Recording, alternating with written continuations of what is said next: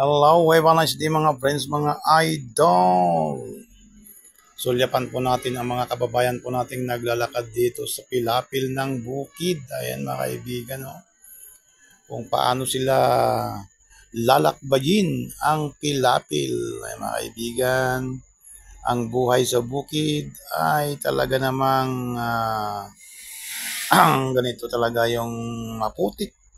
Maputik po ang daanan dito sa bukid kapag katag-ulan. At kitang-kita yung mga tubig mga guys dito sa bawat taniman na nakahanda ng araruhin muli para sa mga sikin crop. Ayan, ng palay. Shout out sa mga magbubukid natin dyan sa bawat sulok, sa lahat ng panig ng ating daigdig na ng mga nagtatanim ng palay sa mga bukirin.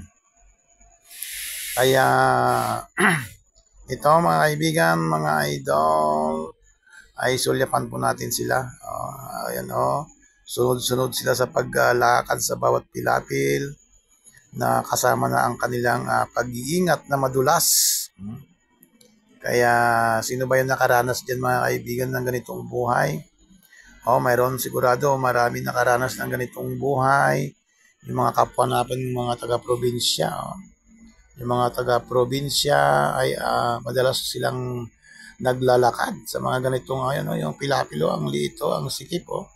Masikip lang yung pilapil mga guys, pero talaga namang sanay na sanay yung mga kababayan po natin dito na dumaan dito sa masikip na pilapil ng bukid. Kaya ating lakbayin ang mga pilapil para makapunta doon sa kabayanan, no?